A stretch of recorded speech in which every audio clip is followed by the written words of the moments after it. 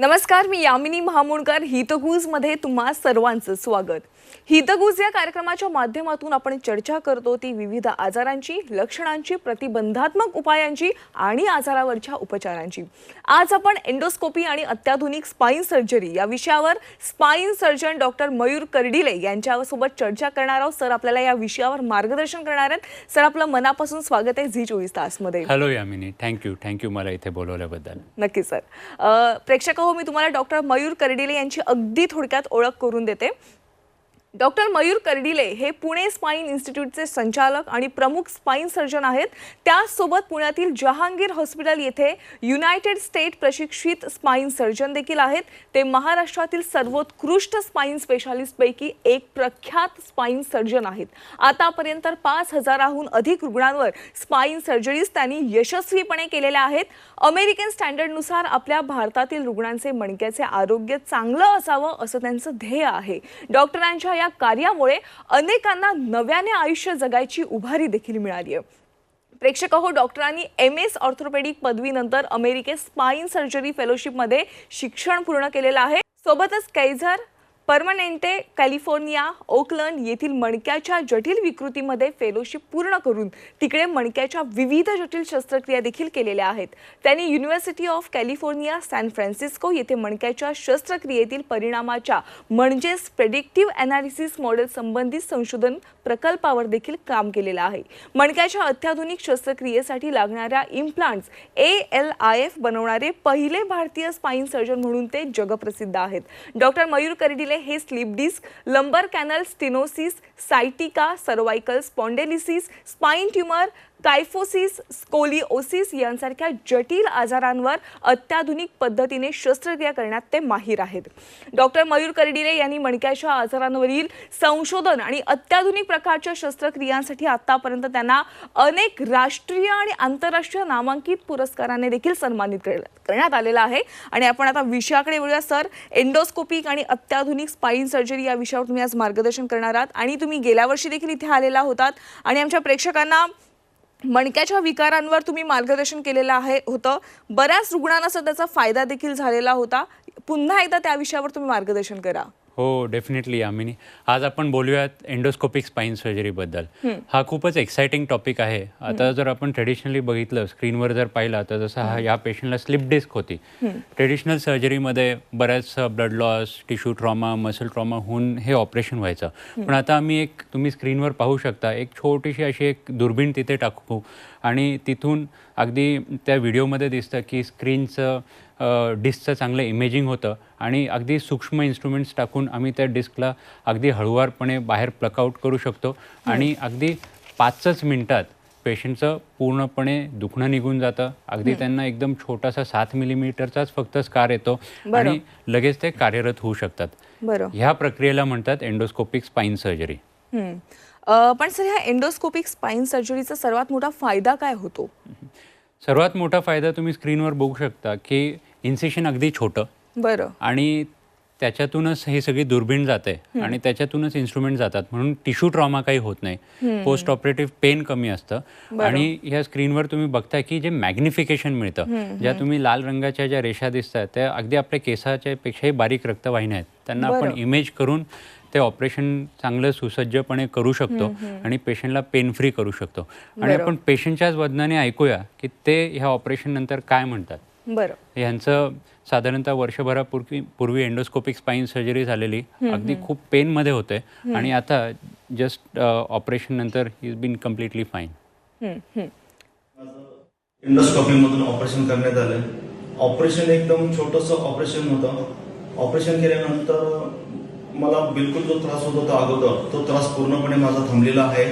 त्यानंतर मी कुठेही पण आता सध्या ट्रॅव्हल करतो, काही प्रॉब्लेम नाही आहे. धन्यवाद डॉक्टर साहेब, आपण खूप छान ऑपरेशन केलं. Thank you so much. म्हणजे त्यांना किती बरं वाटतंय ते देखील त्यांच्या बोलण्यातनं जाणून येते. आणि सर, सगळ्यात महत्त्वाचं म्हणजे कोणत्या रुग्णांना ही जी शस्त्रक्रिया त्याचा फायदा होऊ शकतो? अगदी मणक्याचे सगळेच आजार, जसं sciatica, spondylosis, slip disc, lumbar stenosis, हे सगळे आजार ऑलमोस्ट आता मी तर म्हणेल 80% आजार एंडोस्कोपीने ट्रीट होऊ शकतात आणि पेशंटची रिकव्हरी खूप फास्ट होऊ शकते. सर तुम्ही मागील भागात आलेला त्यावेळेस तुम्ही पोटातून होणाऱ्या स्पाईन सर्जरीबद्दल चर्चा केलेली होती. बरोबर. तर त्याबद्दल पुन्हा एकदा आपल्या प्रेक्षकांना मार्गदर्शन करा. आपण या स्क्रीनवर बघू शकता की आता बऱ्याच वेळा जे लंबार फ्युजन ऑपरेशन आम्ही करतो ते बऱ्याच वेळा आपण पाठीमधून करतो, पण त्याच्यातून आता मला असं जाणवलं की हे ऑपरेशन करताना नसा हाताळल्या जातात, टिश्यू ट्रॉमा होतो, मसल्सला ट्रॉमा होतो, म्हणून आम्ही आता हे ऑपरेशन पुढून पोटाद्वारे करतो आणि अगदी एक नॅचरल अप्रोचमध्ये रेट्रोपेरिटोनियल वेमध्ये जाऊन आपण पोटापासून मणक्यापर्यंत जाऊ शकतो आणि तिथून त्या डिस्कवर शस्त्रक्रिया करू शकतो. हे करत असताना कुठल्याही प्रकारची नस जवळ येत नाही, कुठल्याही प्रकारची मसल कट होत नाही आणि एफिशियंटली आपण हे लंबार फ्युजनची सर्जरी ह्या पोटातून करू शकतो आणि म्हणून पेशंट्स लवकर रिकवर होतात. जसं ह्या एक्झाम्पलमध्ये आपण दिसतंय की पेशंटला L5S1ची डिस्क खराब झाली होती आणि त्याच्यामुळे त्यांना प्रचंड दुखत होतं आणि असं हे शस्त्रक्रिया करून आम्ही ती डिस्क चेंज करून फ्युजन केलं आहे. ऑपरेशनच्या आधी खूप दुखत असताना त्यांना अगदी हालचाल डिफिकल्ट होती आणि ऑपरेशननंतर ते अगदी चांगल्यापणे चालू फिरू शकतात. तर ही अशी आहे एलिफ किंवा अँटीरियर लंबर इंटरबॉडी फ्युजन सर्जरी. याच्याबद्दल अजून माहिती आपण ह्या QR कोडवर पण बघू शकता, ज्याच्यामध्ये त्याच्याबद्दल डिटेल्स सांगितले आहेत. आणि ही सर्जरी अमेरिकेमध्ये खूप पॉप्युलर आहे आणि अगदी गोल्फचे मास्टर म्हणजे टायगर वुड्सलाही ते ऑपरेशन झाले आणि त्याच्यानंतर त्यांनी गोल्फ मास्टर जिंकलाय आणि आता आपण भारतात ही सर्जरी आपल्या पेशंट्सला प्रोव्हाइड करू शकतो. हे त्याचं मुख्य वैशिष्ट्य आहे. नक्कीच डॉक्टर, तुम्ही आतापर्यंत अनेक सर्जरीज केलेल्या आहेत आणि खूप कमी वयामध्ये, तुमच्या अनुभवावरून तरी मला असं वाटते खूप कमी वयामध्ये तुम्ही खूप चांगल्या लेवलच्या शस्त्रक्रिया याच्यामध्ये केलेल्या आणि सगळ्या यशस्वी देखील झालेल्या आहेत. डॉक्टर, तुम्ही सध्या लंबार डिस्क रिप्लेसमेंट सर्जरीसाठी देखील ओळखले जातात, तर त्याविषयी थोडं सांगा. बरोबर. आत्ता आपण फ्युजन म्हणजे दोन मणक्यांना चिटकवण्याची प्रक्रिया बघितली. आता ह्या स्क्रीनवर आपण बघू काही यंग पेशंट्सला पण मणक्याचा जेव्हा त्रास असतो तेव्हा प्राधान्य दिलं जातं की त्यांच्या मणक्यामधलं जे मोशन ते प्रिझर्व व्हायला पाहिजे. तर त्यासाठी आपण हे डिस्क रिप्लेसमेंट म्हणून ही सर्जरी करतो, ज्याच्यामध्ये अगदी नॅचरल मूव्हमेंट पण प्रिझर्वड होते. आणि असं करताना एक्झाम्पल दाखवतो की जशी ही एक लेडी आहे 45 इयर्सची आहे, तिला L4-5ची डिस्क खराब झाली होती आणि त्यांचं डिस्क रिप्लेसमेंट ऑपरेशन केल्यानंतर ते अगदी छानपणे चालू फिरू शकताय, सगळे काही कामं करू शकतात आणि that really gives a different way of life for them. असं म्हणतात सर की जेव्हा आपण स्पाईनचं ऑपरेशन करतो रक्तस्राव देखील खूप होतं, पण या सर्जरीमध्ये तुमच्या बोलण्यातनं इतकं कळलं की रक्तस्रावचा प्रश्नच इथे येत नाहीये. डॉक्टर, आणि स्पाईन सर्जरीबाबत अनेकांना खूप गैरसमज देखील आहेत की खूप वयोमानानंतर स्पाईन सर्जरी होत नाही किंवा स्पाईन सर्जरीनंतर आपण नॉर्मल आयुष्य देखील जगत नाही किंवा ह्याचा खर्च देखील खूप असतो, असे अनेक गैरसमज आहेत. या सगळ्यांवर तुमचं काय मत आहे? माझ्या मते स्पाईन सर्जरी आता खूप प्रेडिक्टेबल झाली आहे, आउटकम्स खूप चांगले आहे आणि आयुष्यात एक नवीन उभारी निर्माण करू शकते. तर मी तुम्हाला एक व्हिडिओ दाखवतो, एक पेशंटचा आपण एक टेस्टिमोनियल बघूया. या स्क्रीनवर तुम्हाला दिसतंय आमच्या एका कार्डिओलॉजिस्ट कलिगच्याच त्या आई आहेत आणि साधारणतः वर्षभर आधी मी त्यांची मणक्याची शस्त्रक्रिया, हीच एलिफची शस्त्रक्रिया केली होती. ते काय म्हणताय आपण ते ऐकूया. स्पाईनचा एकूण चालणं उभं राहणं 6 वर्ष झाली मी खूप त्रास घेतला आणि माझी मुलगी आणि माझी एक मैत्रीण त्यांनी मला कर्डिले, मयूर कर्डिले यांचं नाव सुचवलं आणि मी इकडे आले. आता माझं ऑपरेशन केलं त्यांनी. मला म्हणजे 10 मिनटंसुद्धा उभं राहणं शक्य नव्हतं, चालणं तर त्याहून शक्य नव्हतं. पण काय पुढे असं खूप झालं, सगळं फिजिओथेरपी वगैरे वगैरे सगळं करूनही झालं. पण शेवटी काय नाही, मग इकडे आल्यावर डॉक्टर मयूर यांनी मला छान सगळं समजावून सांगितलं काय त्रास आहे, काय करायला पाहिजे. ते म्हणाले की ठीक आहे ऑपरेशन करावं लागणार. मग थोडी मनाची तयारी नव्हती पण तयार झाले त्यांच्या सांगण्यावरून आणि त्यांनी माझं 28 डिसेंबर आत्ता 6 महिन्यापूर्वी ऑपरेशन सर्जरी केली. पण खूप आधी जो मला आता 6 महिने मी त्यांच्याकडे दाखवायला आले तर खूप त्यांनी तर रिझल्ट दिला, छान झाले सगळं. पण मला स्वतःला इतकं छान फील झालं आहे आत्ता या क्षणी किंवा 1 महिना झाला वगैरे एकदम छान झाली आहे. मूड सगळं माझ्या ॲक्टिव्हिटीज हे सुरू झालेलं आहे आणि एकदम छान फील होते. म्हणजे डॉक्टरांचे खूप खूप धन्यवाद आहेत त्याच्यात. पण मस्त झालं एकदम, काहीच प्रॉब्लेम नाही. सगळं नॉर्मली रुटीन जे काही मी मिस केलं होतं आधी, खूप डिप्रेशनमध्ये गेले होते ते आता एकदम नॉर्मल झाले सगळं आणि छान. Thank you doctor Mayur Kardile. तर तुम्ही ऐकलं, त्या म्हणताय की डिप्रेशनमध्ये गेले होते मणक्याच्या विकारामुळे. 6 वर्ष त्यांनी दुखणं काढलं आणि शेवटी ऑपरेशननी पूर्णपणे त्या बऱ्या झाल्या. तर आय थिंक हे आता रिझल्ट आहेत स्पाईन सर्जरी. आणि त्यांच्या वयोमानावरून देखील कळते की त्या ऑलमोस्ट 60च्या अबाव आहेत. 65 हा, तरी देखील त्यांना खूप चांगला म्हणजे नवीन आयुष्य पुन्हा एकदा नव्याने ते जगतायत असं वाटतंय. आणि इव्हन 65, 70, 75 वर्षापर्यंत किंवा 80 वर्षापर्यंत पण पेशंट्स असतात ज्यांना मणक्याच्या ऑपरेशनचा फायदा होऊ शकतो.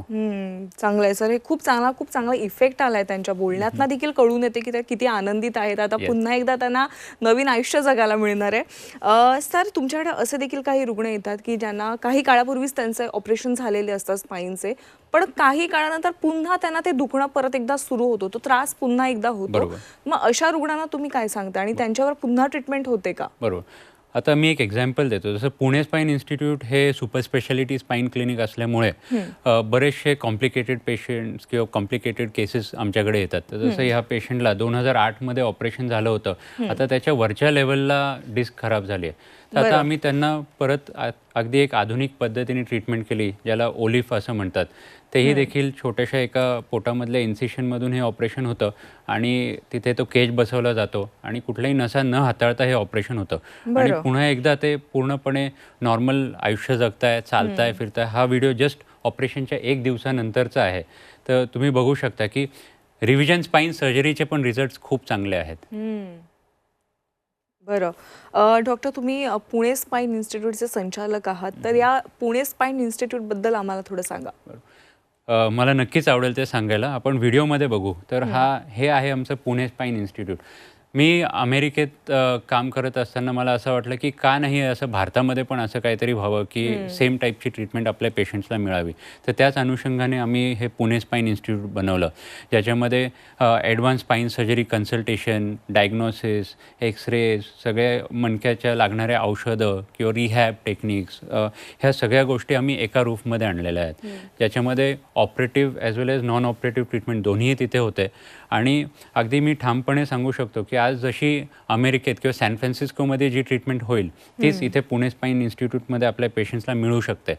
तर ह्याचा मला खरंच खूप मोठा अभिमान आहे. सर, जसं आपण मगाशी म्हटलात की सगळ्या वयोगटातील लोकांचे मणक्याचे आजार किंवा मणक्याच्या ज्या ट्रीटमेंट आहे, शस्त्रक्रिया आहे, त्या तुम्ही करता. तुम्ही लहान मुलांच्या देखील केलेल्या आहेत ट्रीटमेंट मणक्याच्या, आणि स्कॉलिओसिस ट्रीटमेंटमध्ये देखील तुम्ही विशेष प्राधान्य आहे तुमचं, तर त्याविषयी सांगा.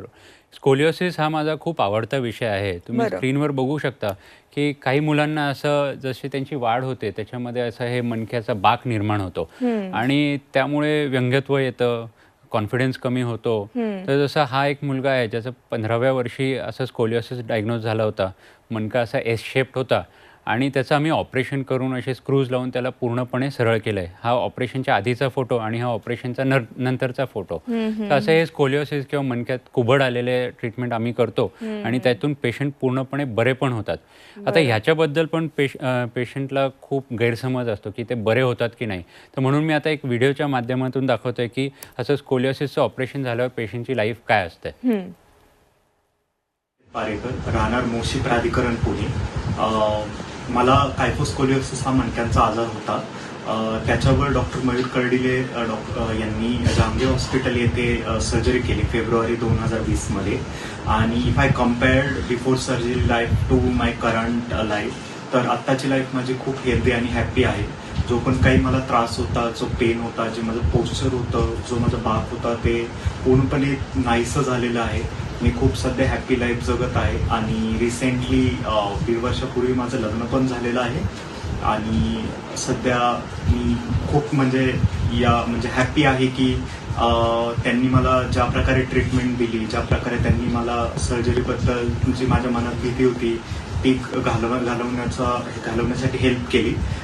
त्यासाठी त्यांचे धन्यवाद आणि thanks all to doctor Mayur Kardile. तर तुम्ही बघितलं की अगदी नवीन आयुष्य मिळतं, कार्यरत होतात, शिक्षण कंप्लीट करू शकतात, कामाला जाऊ शकतात आणि लग्नही झालंय. तर पूर्णपणे हा एक लाईफ चेंजिंग एपिसोड असतो या पेशंटसाठी. खरंय. पण डॉक्टर, स्कॉलिओसिस ट्रीटमेंट फार खर्चिक असते, तर बऱ्याच रुग्णांना तो खर्च परवडत देखील नाही. तर बरोबर. अशा रुग्णांना तुमच्याकडून काही मदत होते का किंवा तुम्ही काही करू शकता का? हो, डेफिनेटली. मागच्या 10 वर्षांपासून एक स्टँडिंग स्टेट म्हणून आमची ही ऑर्गनायझेशन आहे, जी सॅन फ्रान्सिस्को बेस्ड आहे आणि त्याचा एक घटक आम्ही भारतामध्ये पण केला आहे. ज्याच्यामध्ये बरं. आम्ही अगदी world class treatment, post operative care आणि हे सगळं असं आमच्या पेशंट्सला मागच्या 10 वर्षांपासून आम्ही प्रोव्हाइड करतोय. आत्तापर्यंत साधारणतः 150 पेशंट आम्ही असे ऑपरेट केलेत आणि ही आमची टीम आहे. हा उपक्रम आम्ही जालंधरमध्ये चालवतोय, पण आता लवकरच आम्ही तो महाराष्ट्रामध्ये घेऊन येणार आहोत. बरं. ह्याच्यामध्ये ज्या पेशंट्सला स्कोलिओसिसची ट्रीटमेंट अफोर्ड करू शकत नाही त्यांना आम्ही पूर्णपणे मोफत ट्रीटमेंट देतो. तर हा आमचा QR कोड आहे किंवा आमचे हे जे कॉन्टॅक्ट नंबर्स आहेत त्यावर असे कोणी जर तुमच्याकडे रुग्ण असतील अगदी वयोगत 5 ते 15 ह्या वयामधले, ते आम्हाला कॉन्टॅक्ट करू शकता आणि आम्ही त्यांची पूर्णपणे काळजी घेऊ. My name is Neda, and I have had a very bad accident which my spine was injured very badly. So I was always looking for a place to be under observation whenever I have pain in my back and whenever I need help with exercises and how to do things. And I think I found a place. This place here is one of the best in Pune. The moment I entered, I felt like I'm not in India. The way the staff here, they treated me, the way they helped me, the way they were friendly, how friendly was the doctor and everyone else here.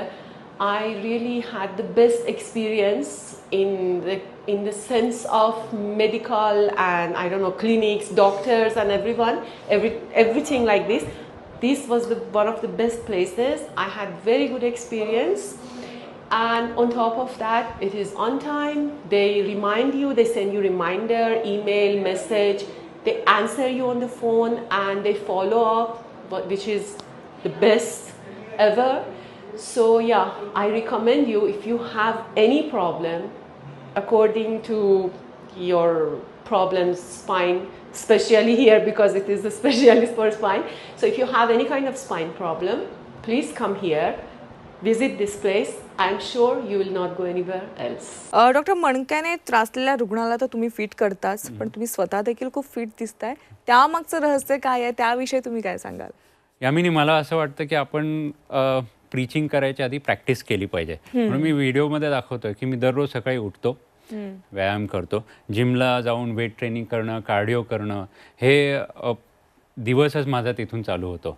याचबरोबर सकस आहार घेणे, आपले विचारश्रेणी चांगली ठेवणे आणि active राहणे, बरं, हे मणक्यासाठी सगळ्यात महत्त्वाचं आहे. आणि डेफिनेटली आपला पोश्चर नीट ठेवणे.